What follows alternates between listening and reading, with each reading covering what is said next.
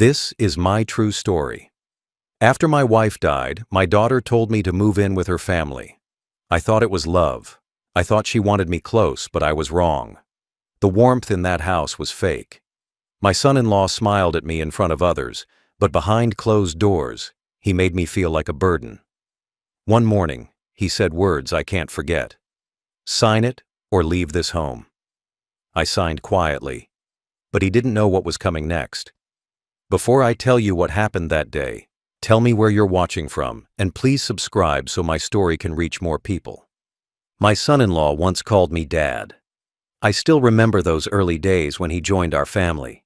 He used to visit with gifts, touch my feet, and say I reminded him of his late father. He spoke with respect. He laughed with me at the dinner table. He asked for my advice when he and my daughter argued.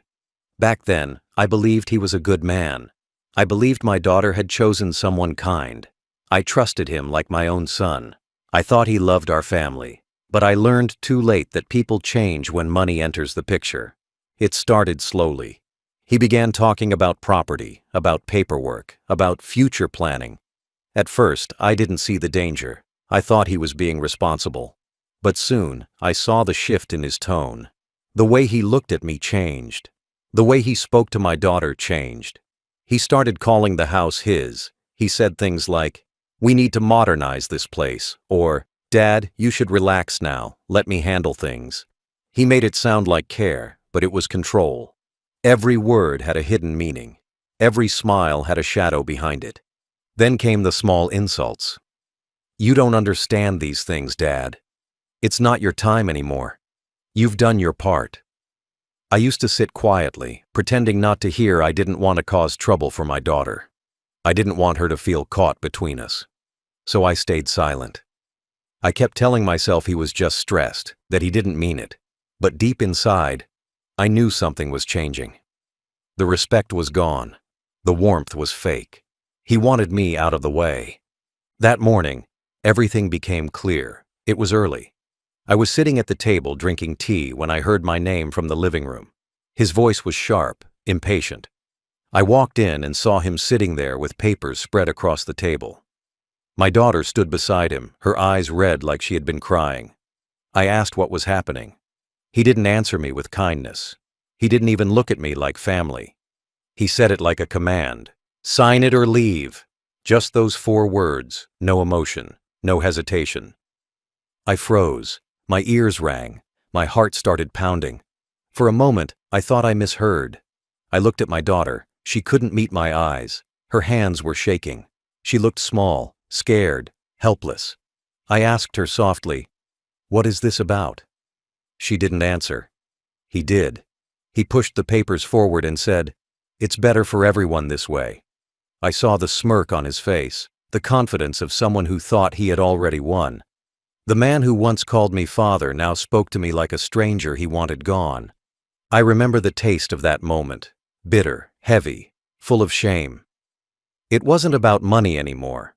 It was about dignity, about respect, about how easily people forget what you've done for them. I had worked my whole life for that house. I built it brick by brick. My wife and I saved every rupee, every coin, just to make a home for our family. That home had memories, laughter, tears, everything that made life worth living. And now, he wanted to erase all of that with one signature. My daughter stood there silently. She didn't defend me.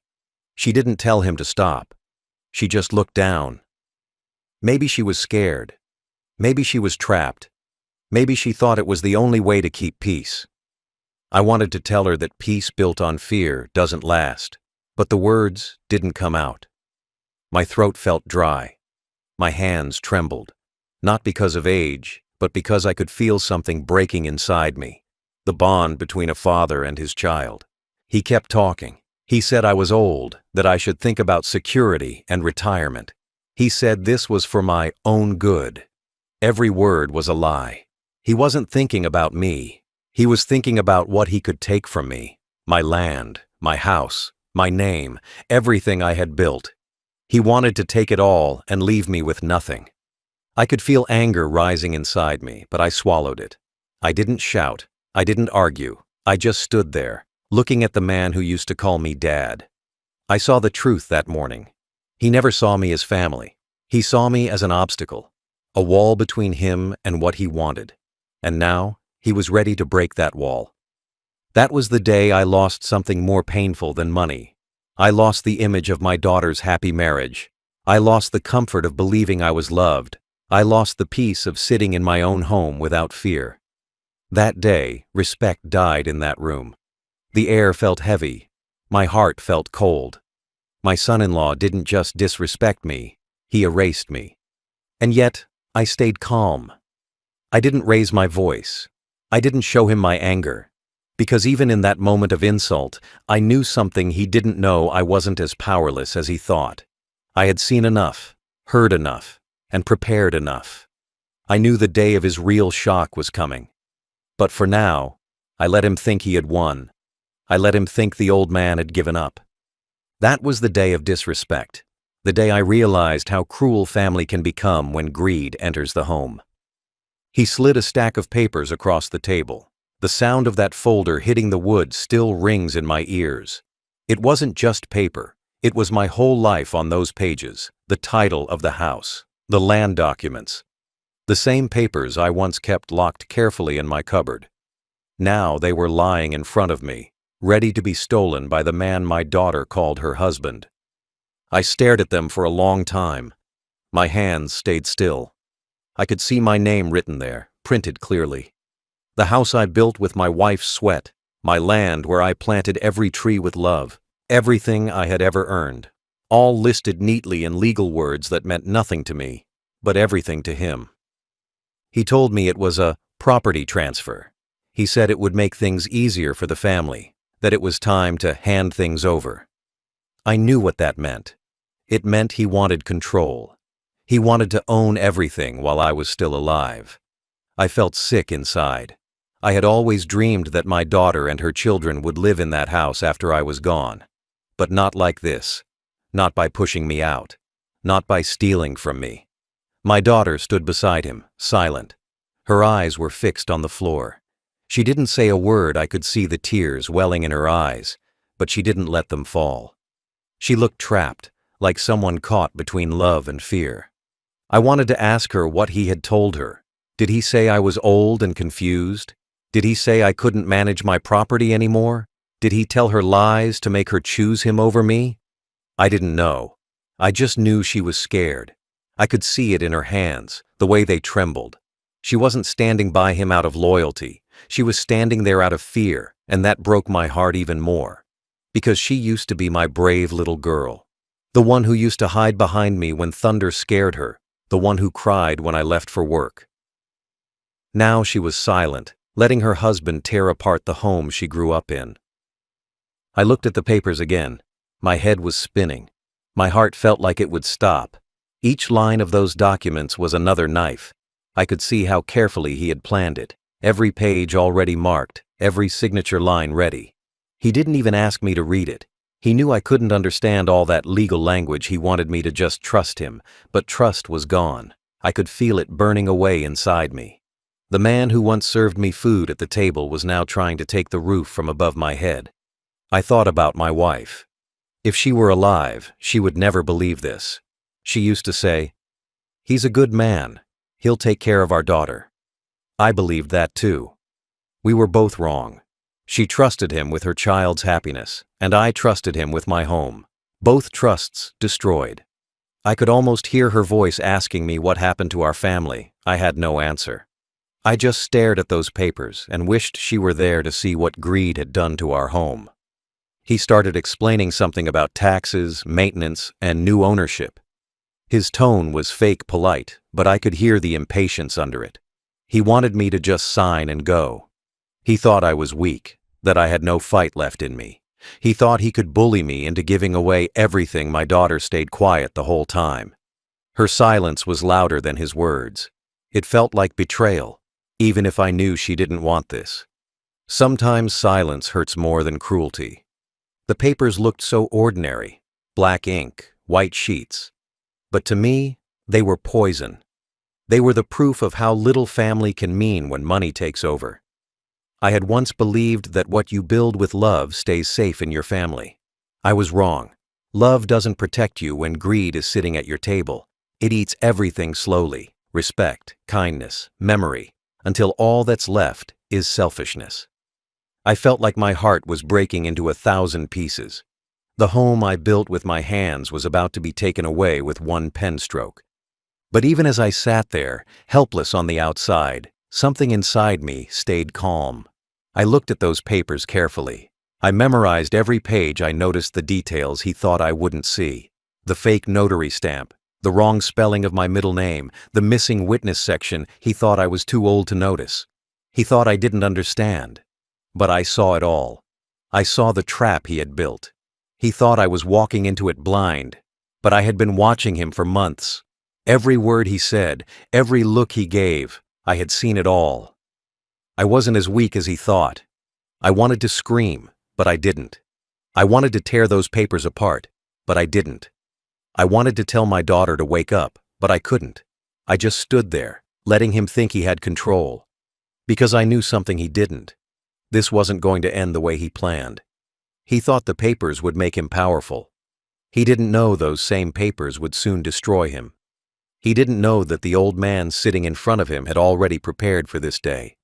So I kept quiet. I let him gloat. I let him believe the lie. He thought those papers were his victory. But in truth, they were his biggest mistake.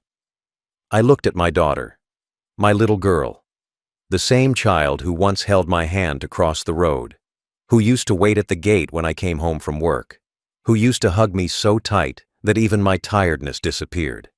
Now she stood a few feet away, afraid to meet my eyes. I could see she wanted to say something, but her lips didn't move. She was trapped between her father and her husband, between love and fear. I could feel her pain, but I could also feel her distance. It was like she wasn't mine anymore, like someone had taken her spirit and replaced it with silence.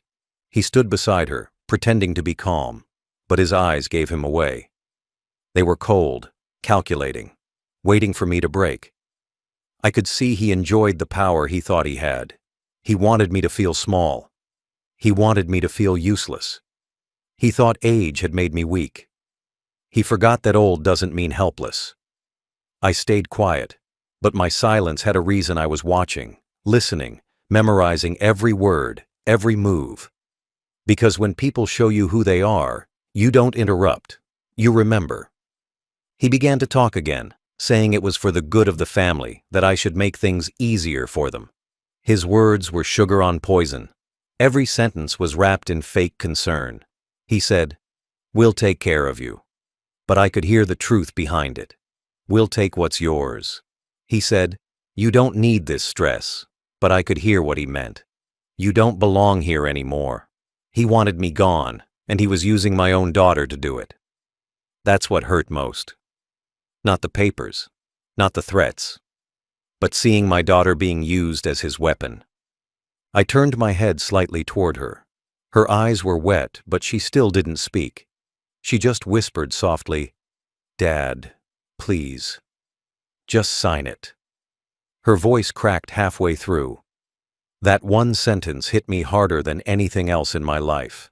My daughter, my blood, asking me to give away the very thing that kept her safe all her life. I felt like my chest was being crushed. It wasn't just a request. It was a surrender. I knew those words weren't hers. They were his.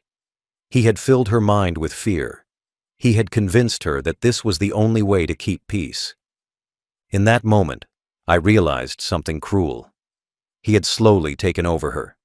He had isolated her, made her doubt herself, made her depend on him for every decision.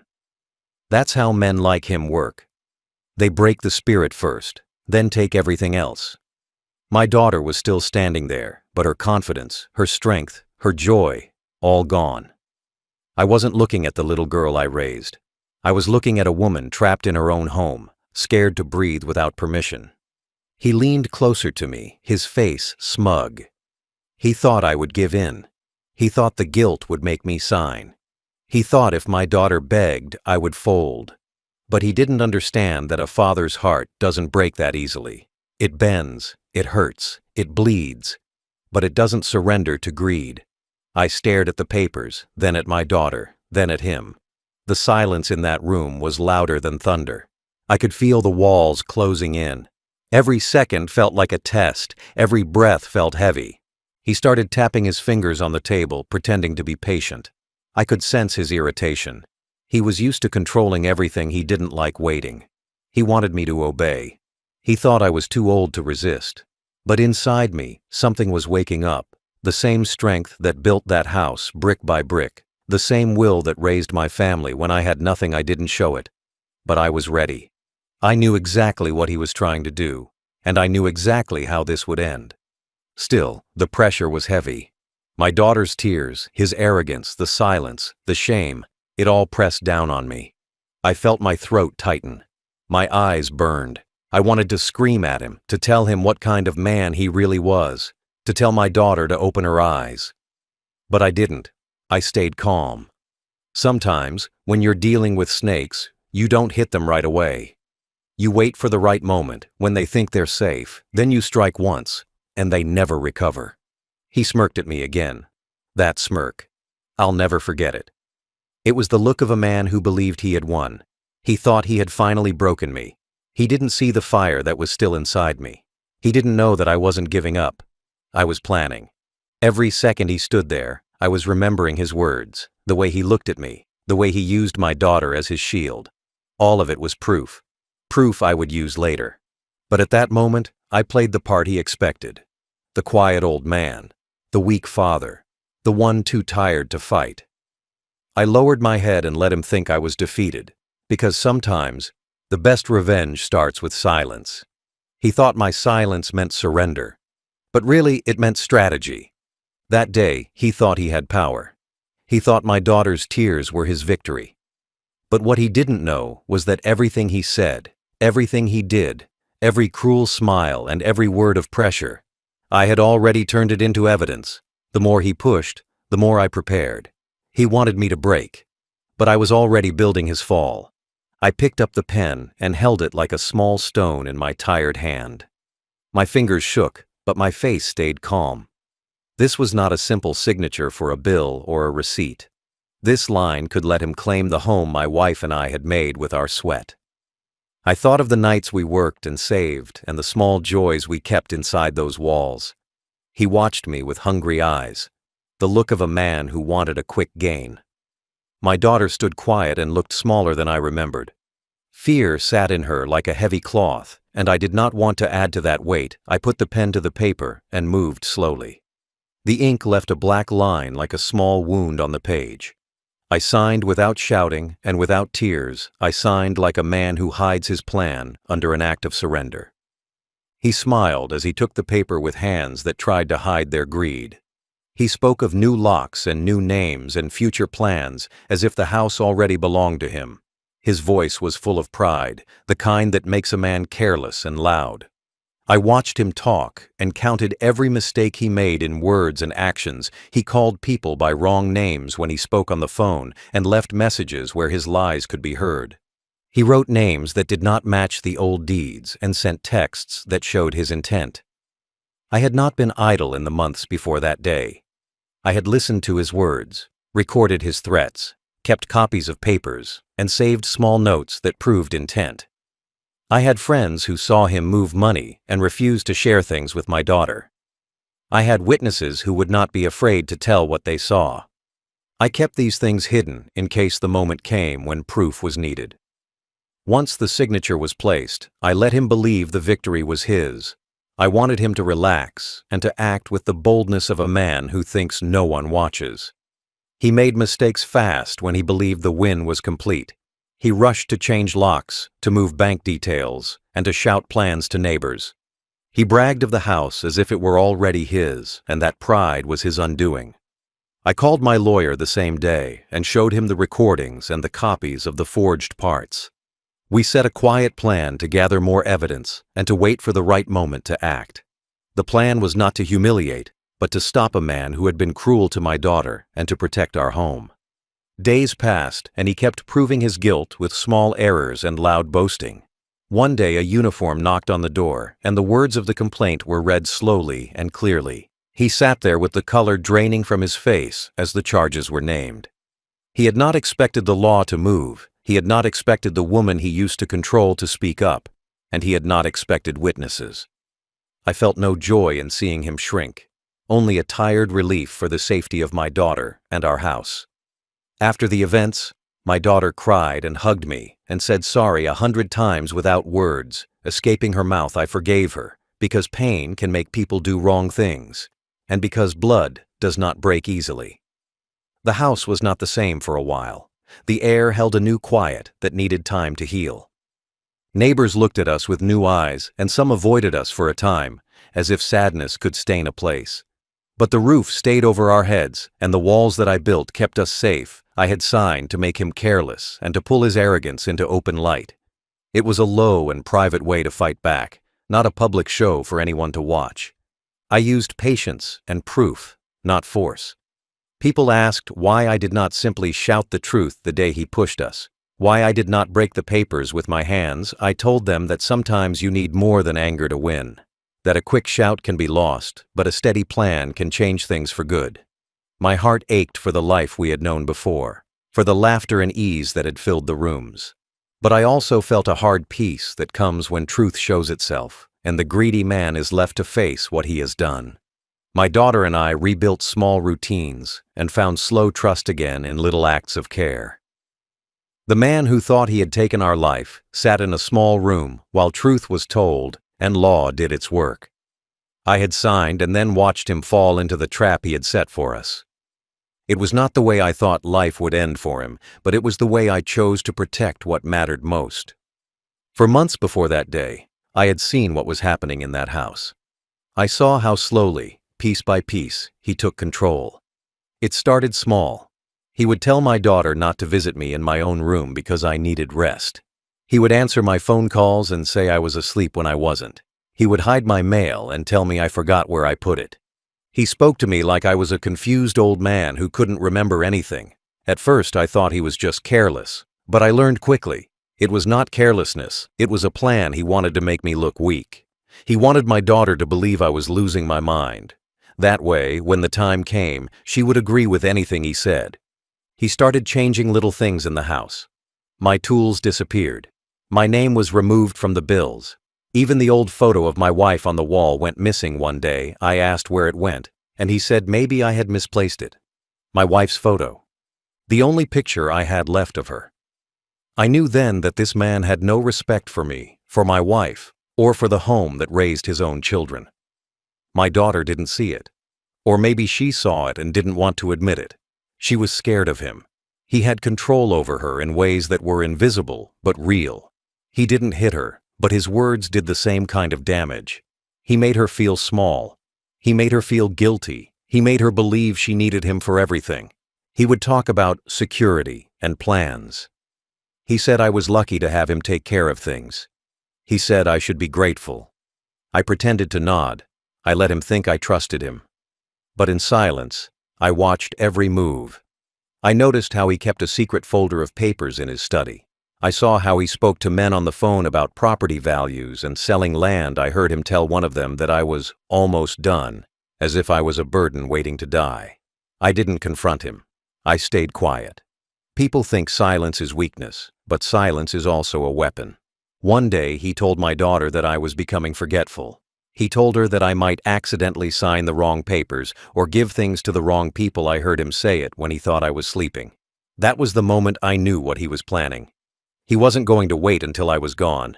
He was going to take everything while I was alive, and he wanted my daughter to help him without even realizing it. That night, I couldn't sleep. I sat on my bed and looked at my wife's old shawl folded on the chair. I whispered to her picture, "They want to take everything we built." I felt anger, shame, sadness, all at once. But above all, I felt resolve. I wasn't going to beg. I wasn't going to fight him with shouting. I was going to fight him with truth. Quietly, carefully, completely. The next morning, I called an old friend who worked with a lawyer. I told him everything. He came to meet me secretly. We went through my documents, checked the originals, made certified copies, and placed them in safe hands. I recorded every insult my son-in-law threw at me, every threat, every lie. He thought I was too old to use a phone properly, but I knew exactly what I was doing. I had my phone recording every time he raised his voice, every time he told my daughter to stay out of it. I gathered months of proof without saying a single word. He thought I was becoming weaker, but I was becoming wiser. He thought I was fading, but I was preparing. I didn't want revenge. I wanted justice. And I wanted my daughter to see the truth with her own eyes. I wanted her to realize that the man she married had no love in his heart, only greed. So I waited. I waited for the day he would push too far. I waited for the day he would finally show his full cruelty in front of everyone. That day came when he placed those papers on the table and told me, "Sign it or leave." He didn't know that by saying those words, he had already walked into the trap he built for me. He didn't know that the papers he made me sign would become the same papers that proved his crimes. He thought he was clever, but he forgot something simple. Experience always beats arrogance. He thought age made me blind, but age gave me patience.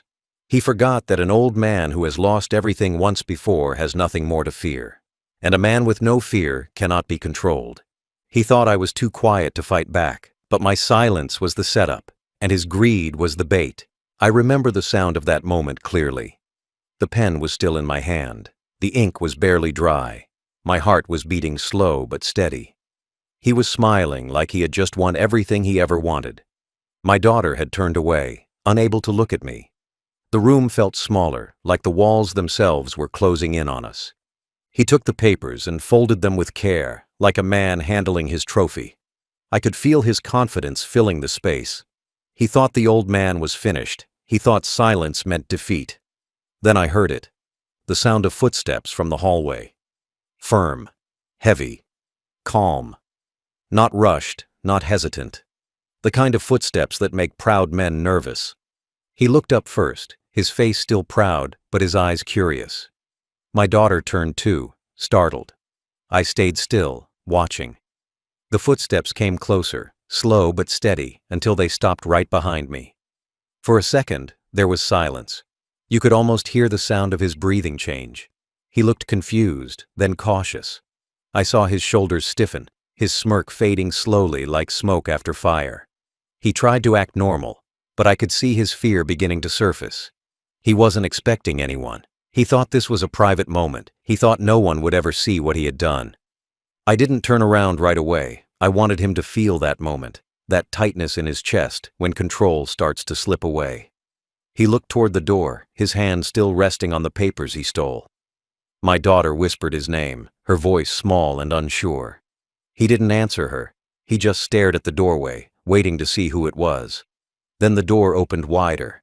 The light from the hall spilled into the room. The first person who stepped in was wearing a uniform. The second man was dressed in a dark suit, holding a folder that looked very familiar. My son-in-law blinked. He tried to smile, but it came out strange and twisted. He didn't know whether to greet them or hide the papers. He looked at me, then at the men behind me, and I could see panic building in his eyes. I slowly placed the pen down on the table and looked at him straight in the face for the first time that morning. He didn't speak. His mouth opened slightly, but no words came out. For the first time, he was the one trapped. The police officer stepped forward. The man in the suit followed. My daughter gasped softly, realizing who they were. She looked at me, her face full of questions, but I didn't need to answer yet. Everything was about to reveal itself. I could feel the weight of that silence, how it changed from fear to control. A few seconds earlier, I was the one under pressure. Now, without saying a single word, everything had turned around. He tried to laugh it off. He said something about this being a misunderstanding, that I must have called them by mistake. His voice cracked when he spoke. The officer didn't answer him. He just looked at me and nodded. My lawyer opened the folder and took out a stack of documents, the same papers that were sitting on the table, but not quite the same. These ones were clean copies, real ones, the ones I had saved, the ones that proved everything. My son-in-law's face turned pale. He stepped back a little, his confidence slipping away like sand through his fingers. I could see the fear now. He looked at my daughter as if hoping she would save him, but she was frozen, staring at the two men who had just walked in. I stood up slowly. My knees hurt, but I felt strong, stronger than I had in months. I looked at the papers he made me sign, then looked at my lawyer, and then back at him. He knew, even before anyone spoke, that the game was over. The room went quiet except for the ticking of the clock on the wall.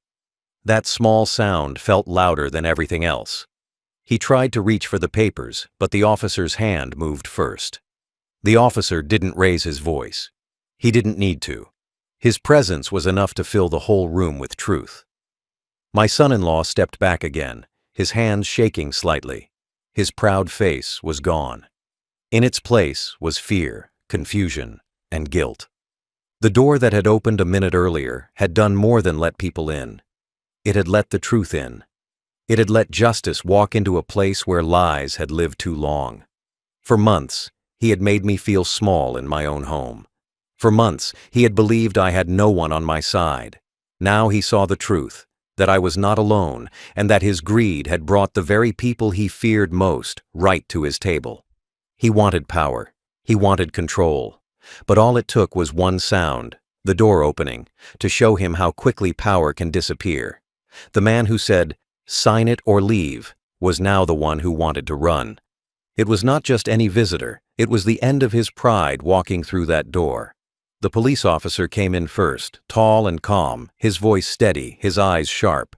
Behind him stood my lawyer, holding a thick file close to his chest. I had seen that file before. It was the same one I had helped prepare quietly over the last few months. Every page inside it carried a piece of truth that he had tried to hide. My son-in-law's smile froze halfway. His mouth opened slightly, but no sound came out. He looked like a man who had forgotten how to breathe. The color drained from his face. His hands, the same hands that pushed those fake papers at me a few minutes earlier, now trembled slightly on the edge of the table. My lawyer spoke first. He didn't raise his voice. He didn't need to. The truth was heavy enough. He said he was here with evidence of fraud, coercion, and property forgery. The officer listened and nodded. My son-in-law laughed nervously, pretending not to understand. He said there must be some mistake, that we were all confused, that this was just a family matter, but the officer didn't blink. He asked him to sit down. The air in the room changed. The same room where he had stood tall minutes earlier now felt like a cage closing around him. I stayed quiet, standing by the window. I didn't want to interrupt. I wanted him to feel the weight of every second. He looked at me like I had betrayed him. He didn't realize betrayal doesn't exist when justice is involved. I watched as my lawyer opened the folder and placed it on the table. Inside were the copies of every paper he tried to fake, every forged signature he created, every proof that he had planned to steal from me. There were recordings too, clear recordings of his voice threatening me, mocking me, and calling me a burden. The officer picked up the papers slowly, one by one, reading through them carefully. My daughter stood in the corner, silent, tears welling in her eyes. She looked broken and confused. Her hands were pressed together as if she was praying for all this to end. I could see she didn't know what to do, who to believe. But the moment she heard his own voice on one of the recordings, her head dropped. She covered her face and cried. That was the moment she knew. The man she had married had not just hurt her father, he had destroyed their home with his greed. The officer turned toward him and said words that hit the room like thunder. "You're being charged with fraud, coercion, and attempted property theft." My son-in-law's face twisted. He tried to stand up, but his legs were shaking. He looked at my daughter again, hoping she would defend him. But she didn't move. She couldn't. He shouted that this was all a setup, that I had tricked him. The officer told him to be quiet. My lawyer calmly said that every document and every voice recording was verified. There was no setup, no trick, just proof. He tried to laugh again, but it came out weak. He said he only wanted to protect the family. That lie didn't last a second. My lawyer pulled out one more document, the one that showed how he had tried to transfer my property to his own name without permission. The officer looked at it and then looked straight at him. The silence after that was heavy, final. He knew it was over. The man who once talked down to me now couldn't even meet my eyes. His power, his control, his fake respect, all gone. I didn't say a word. I didn't need to. I had said enough in my silence, in my patience, in the way I prepared everything. I just stood there watching him fall apart. His arrogance melted into fear. His smirk turned into panic. His eyes darted around the room like a man searching for an escape that didn't exist. The officer told him to stand up. He hesitated. Then the officer repeated himself, this time firmer. My son-in-law finally stood. His hands were shaking. My daughter let out a small sob. I wanted to comfort her, but I stayed still. This was a moment she had to see. She had to see the truth of what he had become. The officer began to read out his rights. My lawyer gathered the rest of the documents. My son-in-law muttered that this was unfair, that he didn't deserve this. He looked at me like I was the villain. I didn't look away. I had nothing to hide. I had lived my whole life with honesty, and now it was the dishonest man's turn to face the truth. Before the officer let him out, he turned once more toward me, his eyes full of hatred. But behind that hate, I saw fear. The kind of fear that only comes when a man realizes his lies are done. I didn't smile. I didn't gloat. I only said one thing quietly in my heart. You wanted my signature. Now you've signed your own downfall. The papers I signed were not property transfers. They were evidence, proof of his own greed. He had forced me to sign, and I had let him, because sometimes to catch a thief, you let him hold the rope himself. That day, he did, and he pulled it tight around his own neck. The moment the officer spoke the word arrest, everything in that room changed. The sound of his handcuffs opening echoed through the air, sharp and cold. My son-in-law froze. He didn't move, didn't breathe, didn't blink. It was as if his mind refused to believe what was happening. Only minutes ago, he had been standing tall, ordering me around, treating me like a nobody. Now he stood in the same spot, pale, sweating, shaking, while the law he thought he could outsmart finally reached him. The officer told him to turn around. He hesitated. The fear in his eyes was real now. No pride, no fake calmness, no more pretending. Just fear. I watched him, not with joy, but with something heavier. I had waited months for this moment, but it didn't feel like victory. It felt like justice. Slow, painful justice.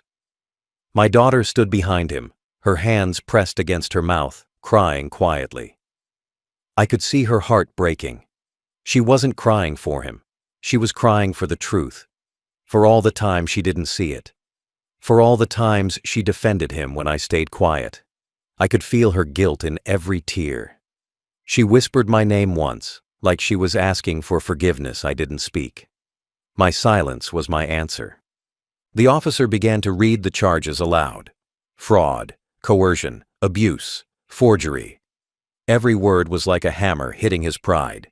He kept saying there was a mistake, that he was being set up, that I was old and confused. But the evidence spoke louder than his lies. The recordings, the signatures, the witnesses, all of it lined up perfectly. He had walked into his own trap. The man who thought he was clever now looked lost, like a boy caught stealing from his own father. His confidence was gone. The smirk that used to make me sick had vanished. His mouth trembled when he tried to speak. The officer pulled his hands behind his back and locked the cuffs. My daughter gasped when she heard the click. That sound will stay in my head forever. It was the sound of an ending, the end of his power, his cruelty, his lies. He looked around the room, maybe hoping someone would save him, but no one moved. The lawyer stood still, his face calm. The officer was focused on his duty. My daughter was crying, and I just stood there, watching a man fall into the hole he dug for himself. He shouted that I was the reason his life was ruined. He said I was ungrateful, that he had taken care of me. Those words made me angry, but I didn't show it. I let him speak, because every word he said only proved how blind he was. He still didn't understand that his downfall wasn't my doing. It was his greed. He built it himself, piece by piece, lie by lie. I had only watched quietly and waited for truth to catch up with him. And now it had. As they led him toward the door, he turned back one last time. His face was twisted with rage and shame. He looked at my daughter, maybe expecting her to defend him one last time. She didn't move. She couldn't. She looked at him like she was seeing him for the first time, not the husband she thought she knew, but the monster he had become. That silence from her was louder than any scream. It was over. When they stepped out into the hallway, I felt my knees weaken. The strength that kept me standing all that time started to fade. I sat down slowly, my hands trembling, but not from fear anymore. From release. For the first time in months, I could breathe without pressure. The air felt heavy, but it was honest. My lawyer placed a hand on my shoulder. He said softly, "It's done." I nodded, but I didn't feel proud. There's no pride in watching your own family destroy itself. There's only sorrow. My daughter knelt beside me, crying into her hands. She kept saying she didn't know, that she didn't understand what was happening. I didn't blame her. I knew how he worked. He had twisted her, isolated her, made her afraid. I placed my hand on her head and whispered that it wasn't her fault she held on to me like she used to when she was a little girl. For a moment, we were father and daughter again. Not broken, not scared, just together. Outside, I heard the police car door shut. The sound of the engine starting was distant but final. My son-in-law, the man who had stood over me with power, was now sitting in the back of a car with his hands bound. He thought he had taken everything from me, but in truth, he had only taken himself down. That day taught me something I will never forget. Evil doesn't always come from strangers. Sometimes it sits at your table, eats your food, and calls you family. But no matter how strong lies seem, truth waits. It may take time. It may take silence. But when it comes like a storm. And no man, no matter how proud, can stand against it. After they took him away, the house felt different. Quiet, but not peaceful. The kind of quiet that comes after a storm when the air is heavy, thick with everything that just happened. My daughter sat on the floor beside the table, holding her face in her hands. She wasn't crying loudly anymore, just small, broken sounds that came from deep inside her chest. I didn't know what to say. I wanted to be angry, but all I felt was tired. Years of love, trust, and effort had been destroyed by one man's greed. My body ached, not just from age, but from the weight of everything that had happened inside those walls. The officer and my lawyer finished their work, took the last signatures, and told me they would keep me updated. When the door closed behind them, it felt like the house finally exhaled. I looked around the living room, the same room where we once shared dinners, where my grandchildren played with their toys, where laughter used to live. Now it felt hollow. The air was thick with silence and shame. My daughter was still on the floor. I sat beside her slowly, because my knees hurt, but I didn't care. I placed my hand on her back. She didn't look up, but she leaned against me. That small gesture said everything. She whispered, "I didn't know, Dad. I didn't know." Her voice was soft and broken. I knew she wasn't lying. I could hear the pain in her words. She had been blind, but not evil. I told her it was okay. I told her she didn't have to say sorry anymore. I told her that love sometimes makes people trust the wrong person, and that trusting the wrong person doesn't make her a bad daughter. She cried harder. I let her cry. I had no tears left. My eyes were dry, but my heart was heavy. Watching her cry hurt more than anything her husband had done. Because she wasn't just crying for him. She was crying for herself, for the years she spent living in fear, for the trust she had lost, for the home she had helped him poison. I told her the truth, that I had seen his cruelty long before she did. I told her I had stayed quiet not because I was weak, but because I was waiting for proof. I told her that I forgave her. Not because she asked, but because that's what fathers do. She didn't say anything after that. She just sat there, her head resting on my arm, and for a brief moment, I saw the little girl she used to be. The one who used to fall asleep beside me when she had nightmares. The one who used to believe her father could fix everything. The next few days were hard. The neighbors talked. Some offered sympathy. Some whispered behind curtains. That's how people are. They like to watch pain, but don't want to touch it. My daughter stayed quiet most of the time. She hardly ate. I didn't push her. I knew she needed to grieve, not just the man she married, but the life she thought she had. My grandchildren asked where their father was. My daughter couldn't answer, so I did. I told them he had gone away for some time, that he had to learn some lessons they didn't understand. But they nodded and hugged me. That hug gave me strength I didn't know I still had. At night, when everyone slept, I walked through the house. I touched the walls, the furniture, the photo frames. Each corner held a memory. My wife laughing, my daughter dancing, the sound of my grandchildren running through the hallway. This house had seen everything: love, betrayal, pain, and justice. But it still stood. So did I. I realized that no matter what anyone tries to take from you, if your heart is still alive, you are not truly poor. A week later, my lawyer called. The case was strong. My property was safe. My daughter's name was cleared. The truth had done its work. I thanked him quietly. When I hung up, I looked at my daughter sitting in the yard with her children. She looked tired but lighter, like she was finally breathing again. She caught me watching her and smiled weakly. That smile was small, but it was real. That was enough for me. Sometimes, forgiveness doesn't mean forgetting. It means choosing peace over pain. I forgave her not because she earned it, but because I didn't want to carry hate in my old age. Hate eats the soul. I had already lost too much to let bitterness take what was left. So I told myself that this was a new beginning, not perfect, but honest. My daughter promised she would take care of me, not out of guilt, but out of love. I believed her. Now the house is quiet again, but in a better way. The silence is not heavy anymore. It's calm, safe. I can sit in my chair and drink tea without fear. I can see my daughter smile again without pretending. I can hear my grandchildren laugh, and it sounds like healing. The storm has passed. The scars remain, but they remind me that I survived, that we survived. That man thought he could take my home, my family, and my peace. But in the end, all he lost was himself. Now I live in peace again. The house is still mine, the same walls, the same roof, the same quiet corners that once echoed with pain.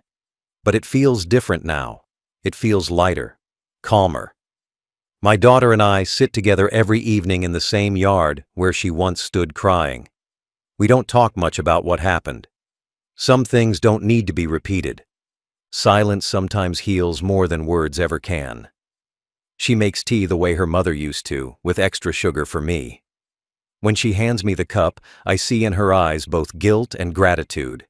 She knows she was blind, and I know she's awake now. That's enough. I often think about those months when everything fell apart. How I kept quiet when he insulted me. How I pretended not to notice when he moved my things, changed the locks, and lied to my daughter. People ask why I didn't fight back sooner.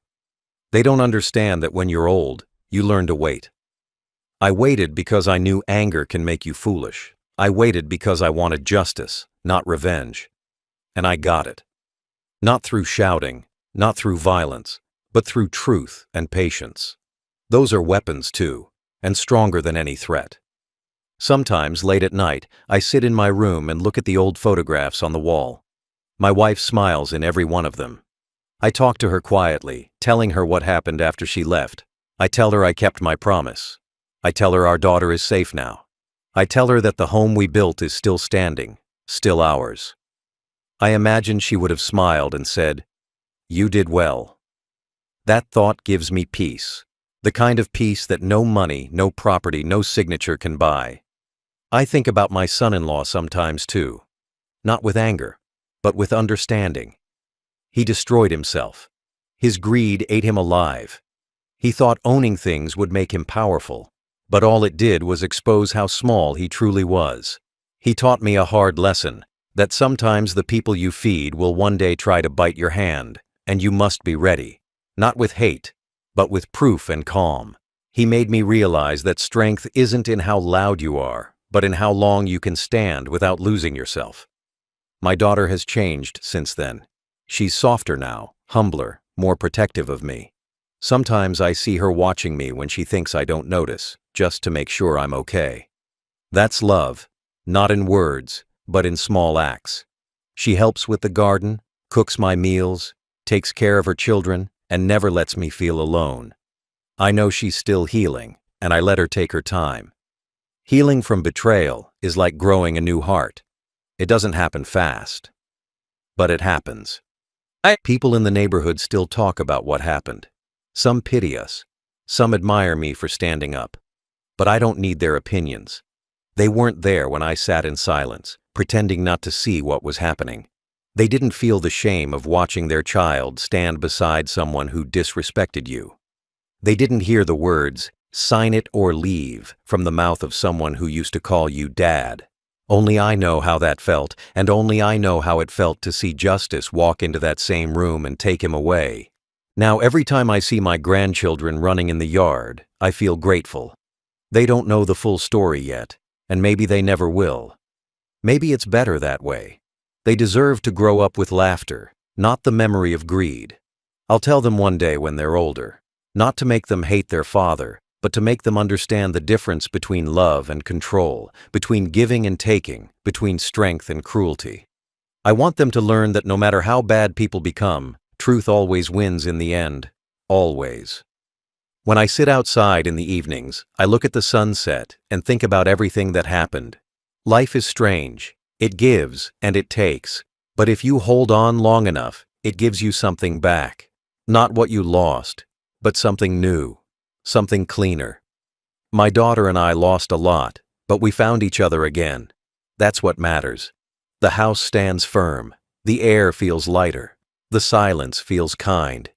He once made me sign my name thinking it was the end for me, but it was the end for him. He made me write my signature, and in doing so, he wrote his own downfall.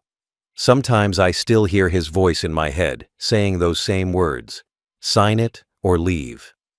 But now, when I remember it, I don't feel pain anymore. I feel power. Because he made me sign my name, but I made him sign his fate.